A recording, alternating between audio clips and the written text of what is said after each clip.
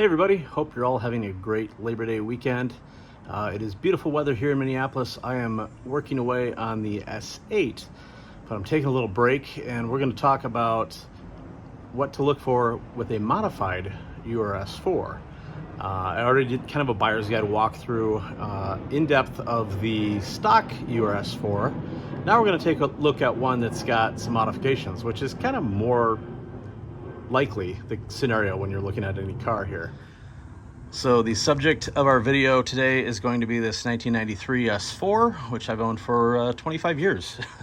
And it's been modified for about 24 of those. So this particular car is what you term old school correct, meaning that it is a full RS2 conversion, sans the intake because they don't work on the AANs.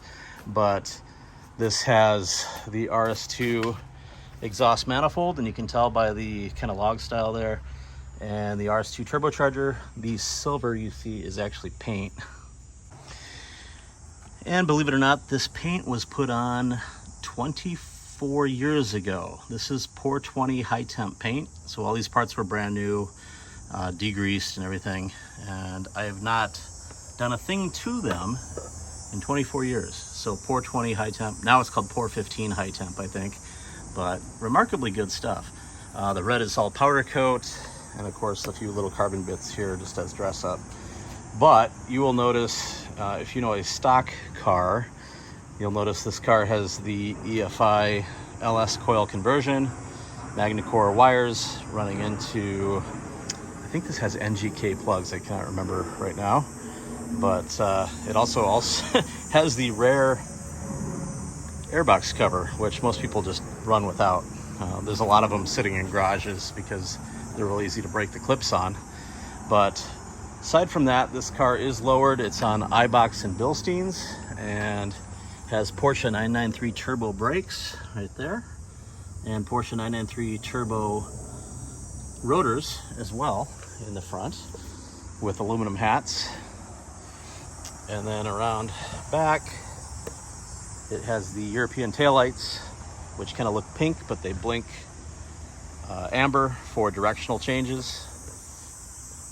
Has the full Stromung turbo back exhaust on this car. And on the inside, looks mostly stock, but you'll realize this being a 93 would not have come with that steering wheel. So it's got the later 3-spoke wheel conversion done to it, and some additional gauges, which I put in underneath the climate control here. So you have boost and air fuel down there. And aside from that, the interior is basically stock and original. And back to the nose. These are actually the European headlights, and that's a thing you may or may not see here in the States on some cars. It's somewhat rare, but they do have a little city light provision in them down low. It's really hard to see, and I've got a bug on there, but right above my finger there's actually a little bulb which is for city lights. And of course I got the hella clear lenses. A lot of these are depots. That's a rare thing to see the actual hellas anymore. But aside from that, I mean, so this car has port and polished head, RS2 camshafts, which is kind of rare, RS2 MAF, basically injectors, fuel pressure regulator, the 044 Motorsport fuel pump, and Heinz Lehmann Stage 3 Plus software, which I actually, when I had done all this car and done the headwork, etc., it was sort of a rare thing to go to this level, because most of the RS2 spec tunes were simply the turbo manifold injectors and tune, if I remember correctly. So I had done basically everything and then did the headwork. And so I was a little bit more on par with my friend Steve Beddor had a black 93 S4, which coincidentally is for sale right now. It's unfortunately kind of a rusted shell of its former self, but that car was featured in European Car Magazine at one time, and it featured kind of a similar setup with headwork. I'm sure the headwork was better done on that one than this one, but also, I believe, had like an MTM / layman sourced software tune on it. And just coincidentally, I'll put a link to the car right now. It's like $5,000 here in the Twin Cities. And Steve had sold it to my friend Joe, who passed away, and then Joe's friend Rustin got it, and that's essentially who's selling the car now. So it's got a built motor on that one with 300,000. This one has 230,000 miles, and I've had the car since about 87,000 miles. And I think I did all the software stuff was probably in the low 90s, and all the upgrade stuff was in the low 90s. So it's been pretty much bulletproof throughout its life. It was a daily driver, back and forth between North Iowa and the Twin Cities, which is like about a 2-hour drive, 120 miles. So really good car overall. But the thing that you really need to consider when you're buying a modified car is, first of all, the extent of the modifications, and then the next thing is documentation. So if I'm going to buy a modified car, I want to know everything that's been done to that car.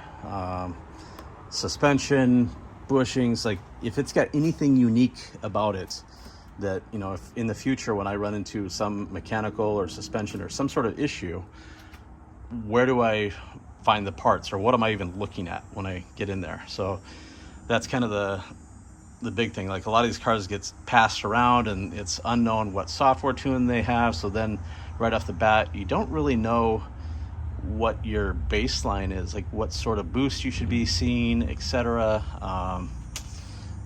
That's kind of a thing I've seen time and time again when people will contact me and say, hey, my car's kind of running funky, and can you help me maybe troubleshoot this? And you start asking basic questions, and they're like, oh, I don't know, I just bought it and it's fast, so it must have a tune. So this is the thing, like if you have a tuned car and you built it yourself, take some time to sit down and write down every single part, all the part numbers, the sources. And it doesn't really matter if it's like 034 used to have a lot of parts for these cars and they don't offer those anymore, but at least then you know what it is that you're looking at. So you're going to be able to find the specs in the forums for, like, say, what those injectors were, and like these are the original Bosch RS2 green injectors, but 034 had some other options, so that's a really important part of this is, just having all of that information available to your prospective buyer. And then it just takes some of the pain out of owning the tune cars, especially troubleshooting them as well, because let's be honest, at this point, parts supply is not great, especially when you're talking some of the aftermarket stuff. And this is one reason I went RS2, kind of thinking back then, like, well, it's all factory approved stuff and it's basically just a factory tuned car because I wanted reliable. So it's just factory OEM plus, essentially. So a little bit of headwork and a software tune and exhaust, and that's really, the only thing different about it. So 28.5 PSI of boost, and like I said, it's been doing that for over 100,000 miles reliably. So there's something to be said for the level of tune as well. And this one is, when I had sourced the software from Heinz Lehmann, it was more or less said that it was a 93 octane tune, and it was probably just shy of 400 at the crank. Okay, so nothing true radical, especially with the modern day tunability you can do. I mean, look at IROS, and Jeff Gerner obviously has taken these things to the moon and back. So it's very capable of doing big power. But again, know what you're buying before you get into it, and think about, what do you do if it breaks? Can you even get parts? Can you, so do a little homework before you buy one and just say, can I find this? Like, what are the options if I blow this thing up? And especially if you're running, those engines that are like 700 horse and higher and you're out flogging the thing, you will probably break it more soon, more likely than you would on a lower tuned car. So keep that in mind. And then obviously the rest of the caveats apply for these cars. Check them really close for rust. Obviously the bottom of the fenders. check the glass. Like I managed to find the last piece of factory glass for this thing in the US at the time, and just go around and do a really good check for rust. Rust is your enemy on these.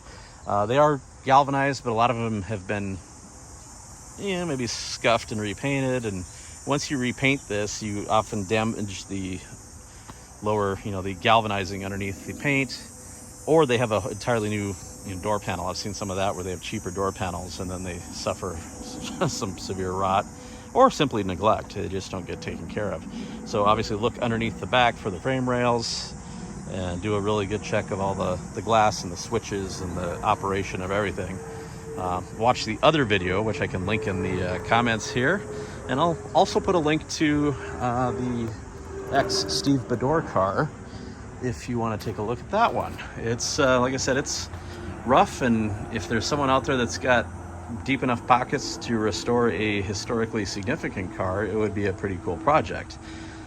It sort of crossed my mind to consider doing that, but I just don't really have the space or the time or the I'm struggling just to keep up with what I have. So unfortunately, I don't think it's right for me, but anyhow, I know, kind of a short, brief overview with some Captain Obvious information for those of you that have been into these cars for any amount of time. But if you're new to them and you're looking at a modified car, be sure you know what you're getting. Like, ask a lot of questions and make sure there's documentation. It's even better if they've got all the receipts for everything. Like this one, I've got a binder full of stuff. So there you have it. Have yourselves a good holiday weekend if you're here in the States, and just a good weekend overall if you're overseas. Take care. We'll see you next time.